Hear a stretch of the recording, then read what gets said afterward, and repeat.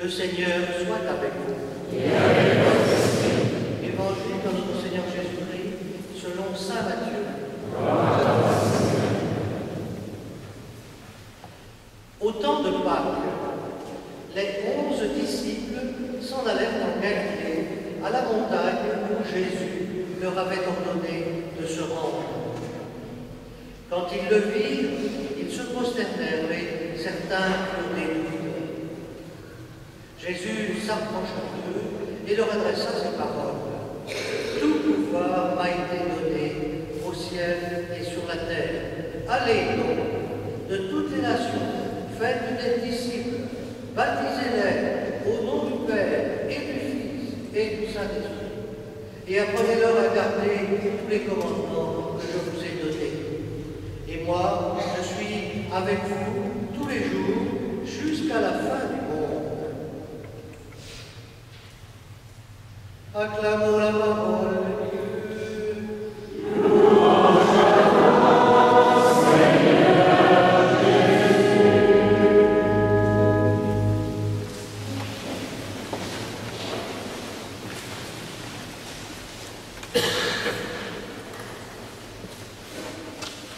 La Trinité, c'est compliqué. C'est un mot de théologien qui essaie de rassembler dans le même concept des choses incompatibles.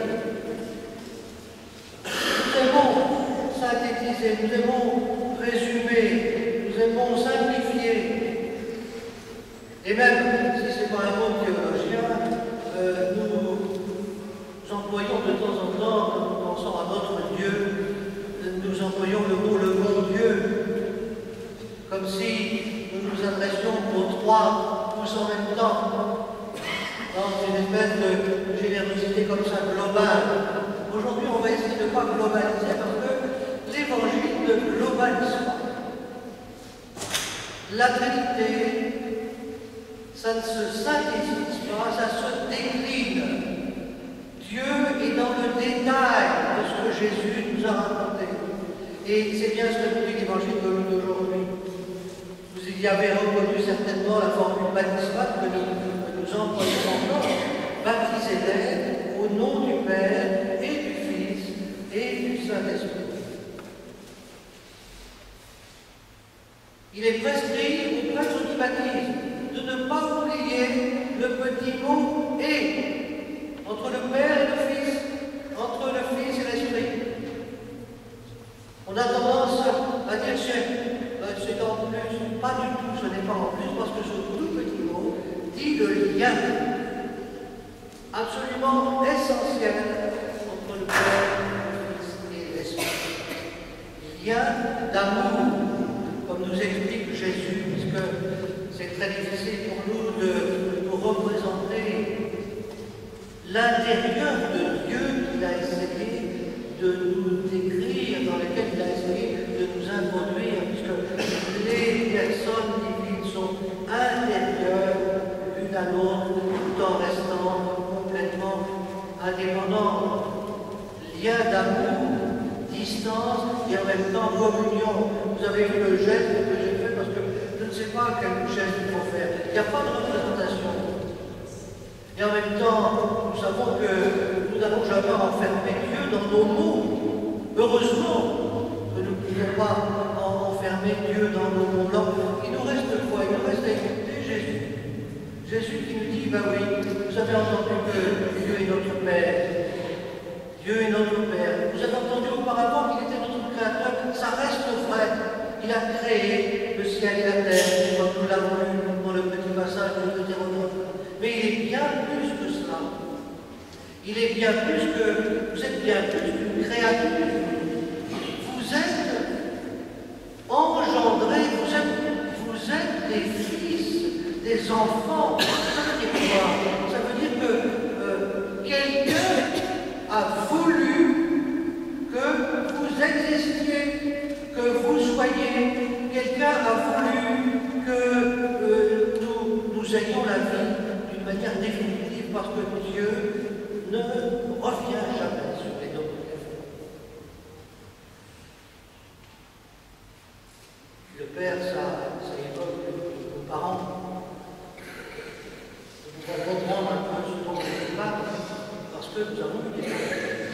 parents qui nous ont dit la même chose.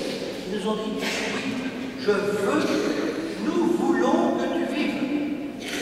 Ils ne l'ont pas dit comme ça, mais ils nous l'ont dit à travers des gestes d'affection, à travers le soin continuel, à travers les sacrifices consentis pour que nous puissions grandir dans une certaine sécurité et développer notre vie.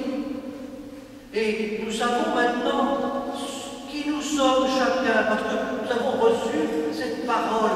Oui, tu peux vivre, je veux. Derrière nos parents n'étaient que des relais. Il y a cet autre, avec un grand arbre, dont Jésus nous parle, qui appelle le Père, qui a dit avant tout, pour tous et pour chacun, je veux que vous viviez. C'est notre fondation, notre identité. Nous ne sommes pas des gens perdus dans la nature. Nous ne sommes pas des enfants du hasard. Nous ne sommes pas des astres errants. Nous avons une fondation en Dieu, à travers ce don de la vie qui nous est fait, que nous pouvons reconnaître. Mais c'est une fondation, et la fondation, elle a besoin aussi de se développer. Et Jésus nous explique que non seulement Dieu est Père, mais que Dieu est Fils.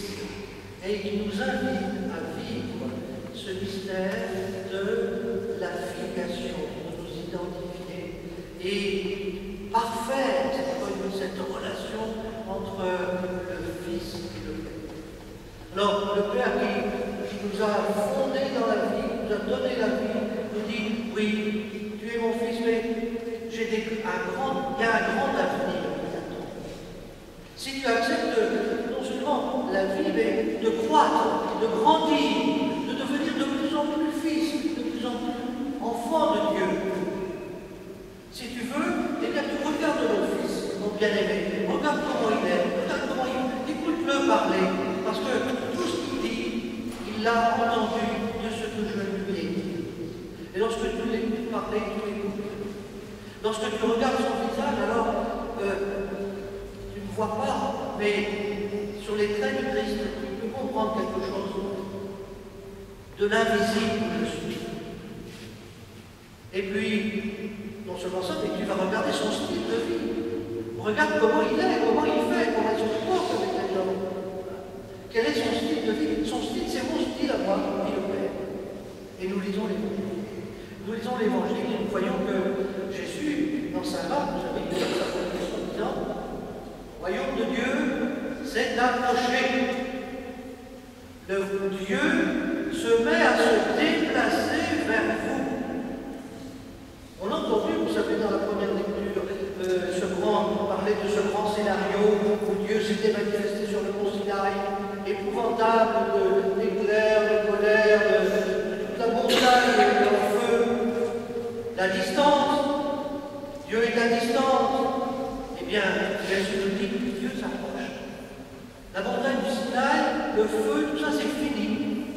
Dieu s'approche. Et voyons comment Jésus a fait. Il va dans les villages, il rentre dans les maisons, il s'arrête au tout venant. Et il a des relations extrêmement simples avec chacun parce que Dieu s'est approché. Si nous voulons être dans le style de Jésus et le style lui-même, eh bien, il ne faut pas craindre de nous approcher. Il faut dépasser nos peurs pour être comme Jésus. Son ministère a été un ministère de proximité. C'est pour ça que dans les ministères de proximité sont si importants parce qu'ils sont le style même de ministère. Et tous nous sommes peut-être. Mais Jésus va encore plus loin, puisque Dieu s'approche, mais il s'approche non seulement pour être en face à face avec nous, comme il a été, comme Jésus l'a été avec ses disciples, pour venir en nous, dans notre intimité. C'est l'intérieur de Dieu qui veut rencontrer notre intérieur à nous. L'Esprit qui va, l'Esprit Saint qui s'appelle, se joint à notre esprit pour crier Abba Père.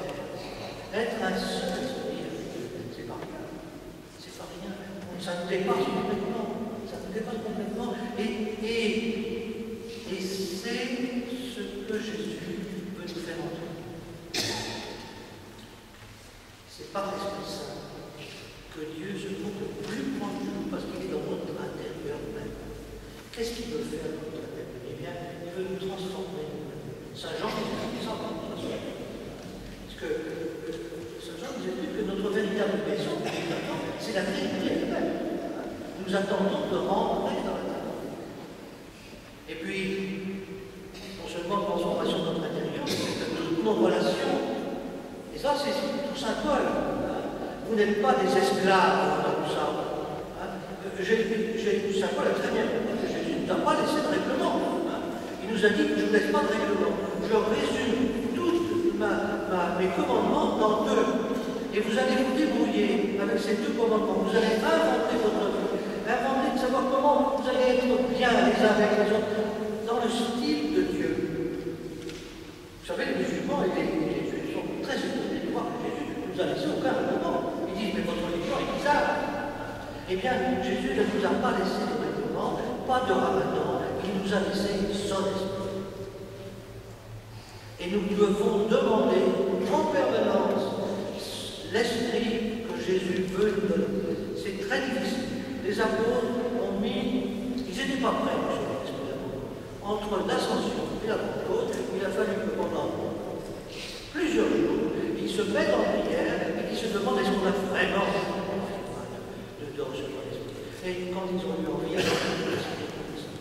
demandons l'esprit pour le transformer le monde, transformer nos relations.